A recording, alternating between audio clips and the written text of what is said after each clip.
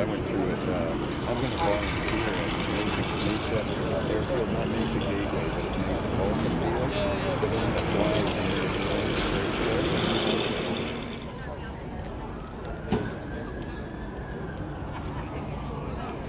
in there Hispano-Bouchons, which will be taking the slot after the aeroplane we've just seen get airborne. North American Aviation was tasked by a British purchasing commission with putting forward a proposal for a new fighter to meet a Royal Air Force requirement. The design they came up with was all new. They dubbed it the NA-73, and it had flown by the end of 1940. This at a time when and the idea was to make the jet pipe on the engine shorter and minimise the loss of thrust that would have been the case with a longer jet pipe from the single engine. Don't forget that the previous getting into the air, one of the great favourites of any Duxford Airshow, the Boeing B-17G Flying Fortress named Sally B.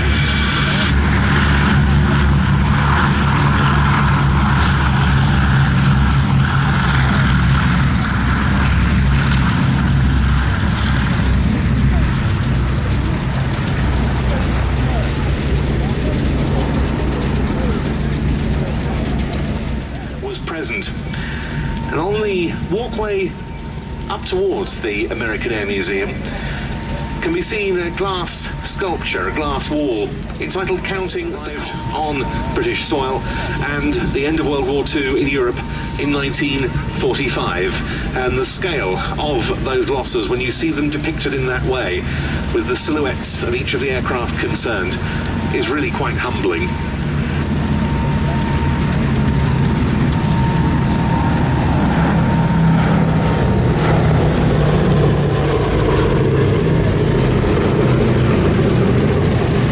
It's in tribute to all of those servicemen and more on the Allied side,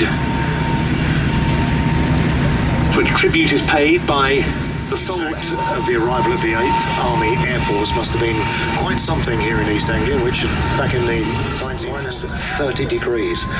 The windows were open, the wind would be howling through, and you would be fighting the cold, let alone the enemy.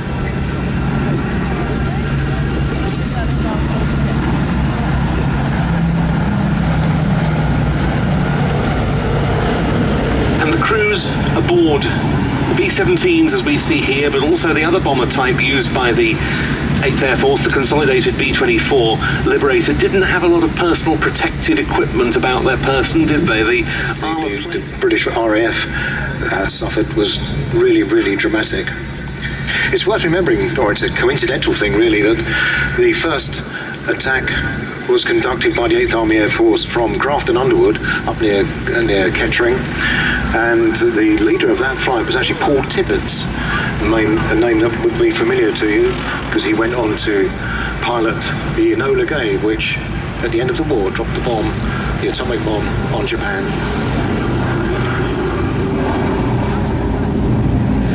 And that first raid to marshalling yards at Rouen in France took place 80 years ago this summer, involving B-17s. Indeed. And those, particularly the German fighters, had learned where the weak spots were on those B-17s, and they did take a terrible toll. 20,000 Allied or American servicemen died as a result of activities by the 8th Army Air Force and the 9th Army Air Force in Europe.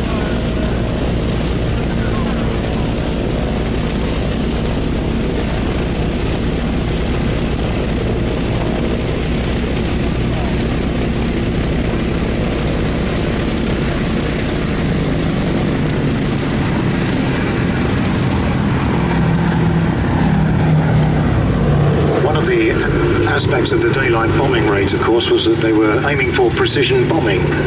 They're training largely in the clear blue skies of California. They would use the Norden bomb site and get really good results. However, in Europe, we've seen what conditions can be like. You know, the weather conditions are nothing like California, and also getting attacked by the artillery, the flak and the German fighters certainly reduced the success. RAF Bomber Command mainly striking by night. The 8th Air Force was attacking by day. German industrial targets, transport and resupply networks and so forth.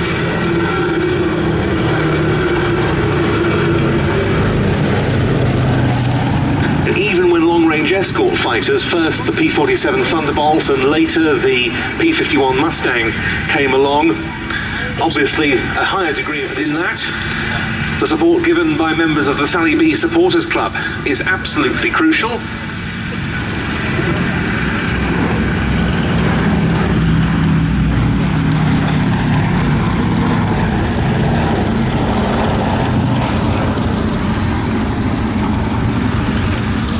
As we were saying earlier, you can sign up today and do your bit to help keep this aircraft flying by going to their stand, which when the B-17 parks up, again after the end of this display, is situated just...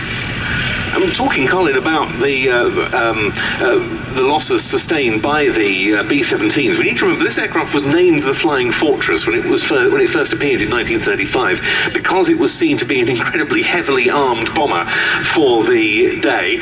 Well, that armament increased from 5.5-inch machine guns, including just one in the nose turret on the B-17C models, which were some of the earlier ones to deploy, to 13 machine guns on B-17G models like this. Yes, originally there was the belief that it would be able to protect itself, hence the name the Flying Fortress, but as I was saying a few moments ago, the German Air Force quickly determined where the weak spots were. And the losses, together with the support of, particularly the support of the P-51 fighters, the losses gradually were reduced. Flying Sally B for us today, Dutchman Peter Kuipers and co-pilot Daryl Taplin. A quite beautiful display from them. And as ever, Peter keeping the tail wheel off the ground, part of World War II, not least during 1940 itself. Mercury formation be quite a treat in future.